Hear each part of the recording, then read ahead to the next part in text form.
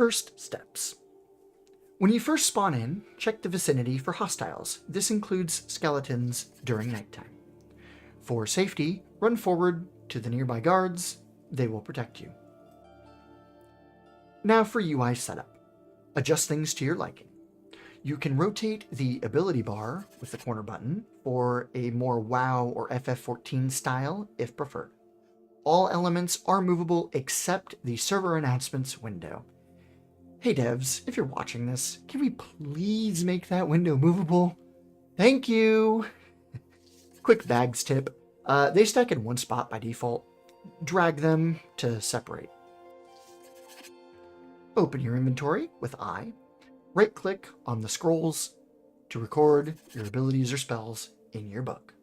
Drag them from the book to the ability bar, not the hotbar. That's for items and macros and general skills like place torches mostly. Make sure you equip any gear and organize your inventory how you wish. A quick note on the hotbar. You can hold, click, and drag an ability from your ability bar to duplicate it onto the hotbar if you wish. Though uses for this are slim, I personally do this for my bard songs for song twisting purposes. What is song twisting?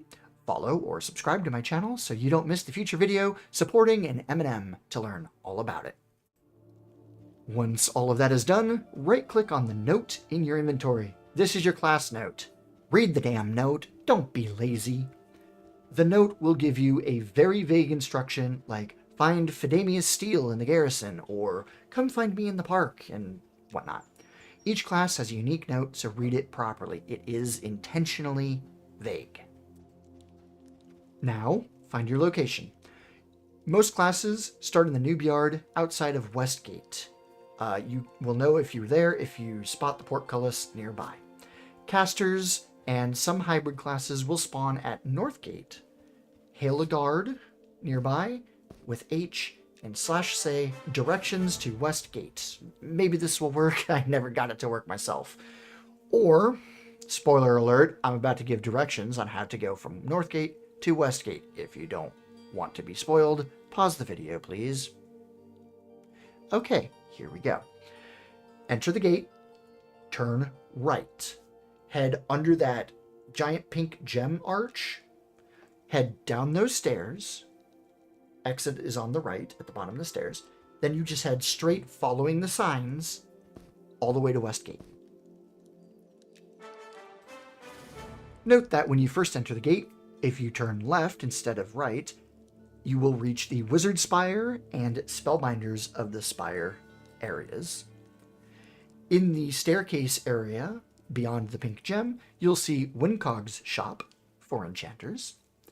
At the bottom of those stairs, if you look left, that is the park. If you look right, that is the Concourse of Souls for the Necromancer. Remember these locations, they may be important later on. Westgate is the population hub. It has 3 exits. The main gate with guards and possibly a crowd underneath it. The Sojourner's Gate, slightly to the north near the Sojourner's Camp. The Portcullis on the south side, which is the entrance to the garrison as well. From the main gate, if you are facing the town, go left down a small street till you see a small door on your right to enter the Shaded Bloom Inn. This is an AFK spot. No food or drink decay as long as you're here.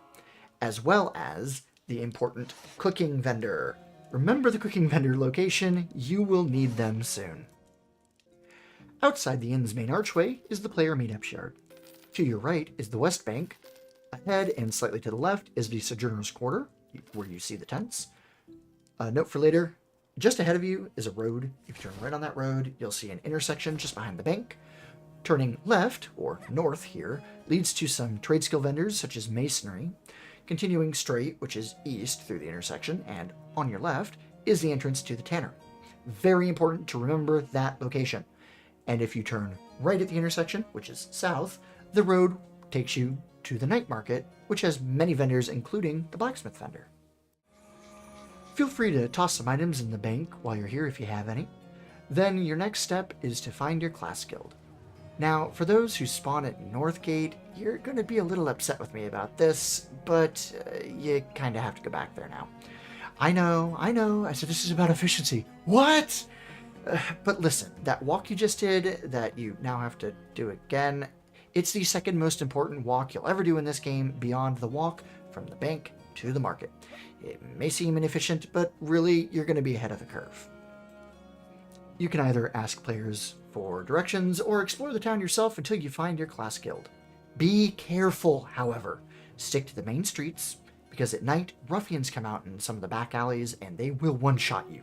Furthermore, there are some areas like the Bends and the Pale Tower where there are just straight up hostile, high-level mobs, so some parts of the city are not safe.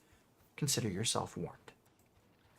Once you find your class guild, drop your note onto the specified individual. They may be upstairs, or downstairs, or up on a wall, or maybe up in that floating wizard tower somewhere. You will have to hunt them down. A special note for enchanters, you actually have 2 class guilds, the legal guild and the hidden guild. Your quest chain will have you decide which guild to join after you start off with Wincog. I will say this though, the hidden guild is in a unique location, and the quest chain is arduous, but ultimately fulfilling in my opinion. I'd recommend reading through the wiki if you are playing an enchanter. It took me 4 hours to do this quest when I first played. Save yourself the hassle. For other classes, you may want to check the wiki for your quests as well, particularly the Elementalist quest, which is just a lot. For some classes, it isn't feasible to do your starter quest immediately, such as Monk, which you'll have to wait until at least level 2 to start. Either way, your class guild is where you buy your abilities and spells, so you need to know where it is. Many of the starter quests give starter gear, and some of them even have stats, so it's ultimately worth doing for most classes.